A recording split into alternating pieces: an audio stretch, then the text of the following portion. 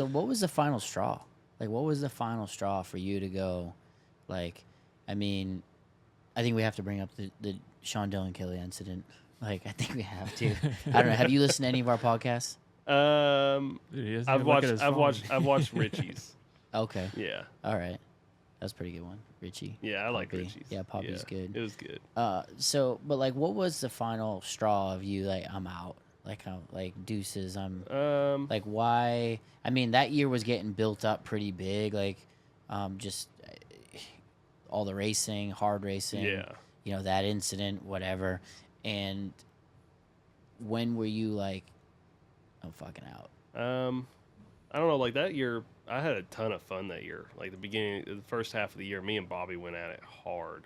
Like rubbing paint and like I freaking go back and watch like Road Atlanta from that year and like I was making passes on him from like 30 feet back and then just dive bombing him at the very last second and like he lost his front fender and everything and like I don't know I think because I did really well the year before against JD, I felt like that year I like had to win. And at that time like I was getting a little bit of like monthly money from Ridiculous, but not much.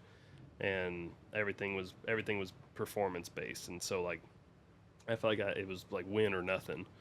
And I had, a really good start to the year and then had like a race or two in the middle where it kind of went sideways and then had a problem at Laguna, crashed and lost a bunch of points and then it got really tight and and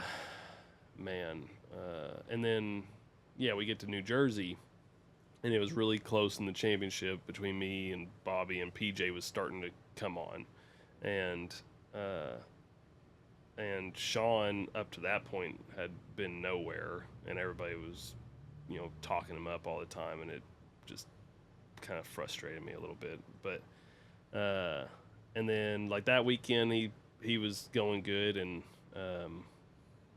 a couple times in practice throughout the year, because he was new and everything. He was new on 600s and all that, and I was coming off of a really good year, so I'd come out really hard on practices and everything, and I would always end up catching him at the wrong time and he'd be like way off pace, way off line, and like I'd almost run him over and then I'd throw my hands up at him and get mad and then I'd go and every I had a hard time with the M4 boys that year because like Chris and John and them were all over my case anytime my hand came up.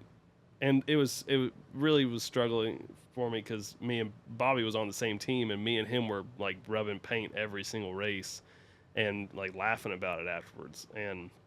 But if I even made a gesture towards Sean, I would have somebody from MotoAmerica come up to me, and I'm like, I don't even remember what happened. Like I don't remember anything being like I don't remember it, and they'd be like, well, you need to.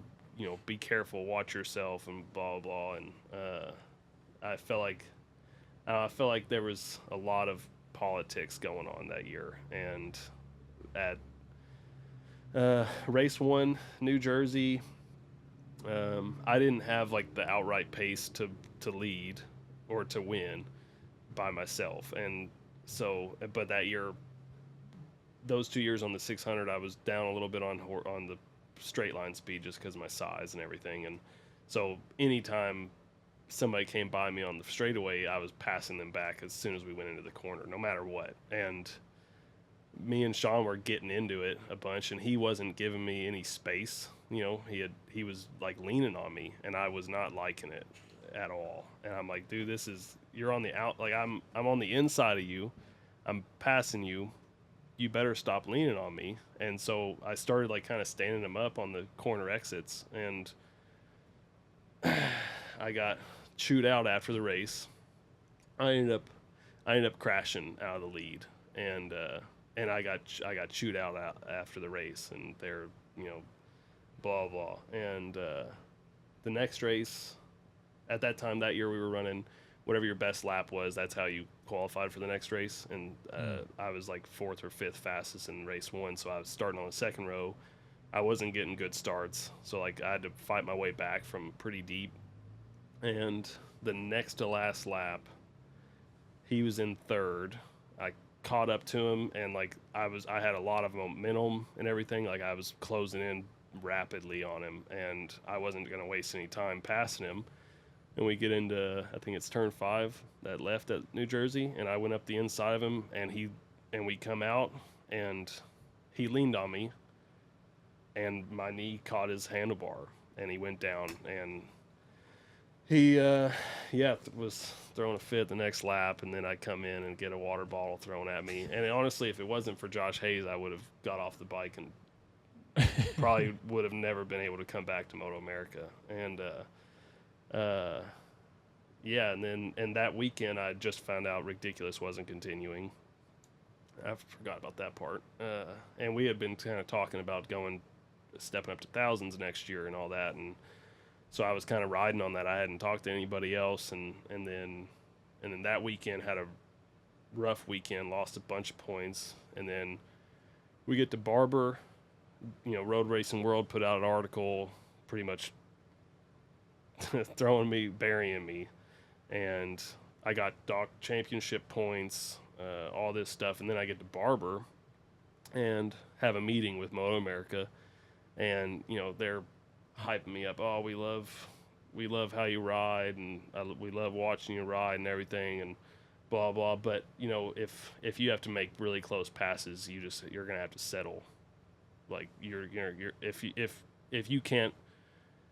if you have to make a pass deep into the corner to make it happen, then you're gonna have to just settle for that position. And I'm like, you can watch every single pass I've made this year has had to be late into the corner. I've had it's been at the apex.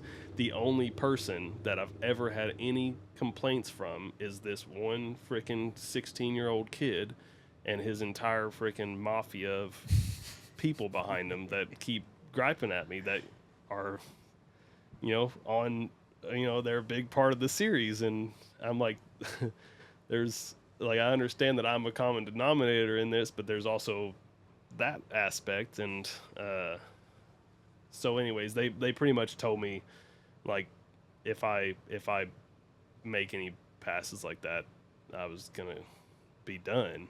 And I'd already come into that weekend not even wanting to be there. I didn't want to race after New Jersey because of how I was getting chewed up on social media and everything, and then I left that meeting crying, like, because I felt like I couldn't even race like how I wanted to race. And so I think I went out and like I just didn't even try that weekend. I got like a 7th and an 8th or something, and was nowhere near. And it's all controversial, but Bobby crashed in race 2 or whatever, and red flag came out, and he got to start in the front row and ended up winning the championship, all that. And I was like, after that, I went to the the banquet, talked and freaking cried on the stage there, and I was like, what, I'm done with this. I'm over it. I went and talked to a family friend of Summers and got a job doing carpentry work for a couple months, and sold all my bikes, everything, and was like, I'm done. I'm gonna get a job and just stay home and do all this stuff. And and so that was, I kind of was over it. Like, I had a lot of problems with M4, and then with even MotoAmerica was backing them up every single time, and I wasn't happy about it, and I didn't want to be a part of it. And because I felt like I was doing some really good stuff on track, and me and Bobby and PJ had really good races all year, and so I haven't talked to Sean since Jersey, and like I have nothing to say to him. I don't really care at this point. I don't like. I never rooted for him once in Moto 2 while he was over there because I really did not give a shit about that kid. So, yeah. And my dad doesn't come to the racetrack anymore. He's like, after all that, he doesn't care to be here. That was why I was wondering that too. Why your dad hasn't come around a long time? I've tried to get him to come back. I've asked him, and he doesn't care to be here. And especially now that Sean's back in the paddock, if my dad sees his dad, it's game on. And I'll be real scared of that. Yeah, and so like I don't know, it's funny, and it's been 5 years now since all that happened, and it's like I should be over it, but I'm not, because that was a big time in my life where I had never thought I was ever not going to want to race motorcycles, and I really did not care about motorcycles at that point. And but everything's worked out how it should, and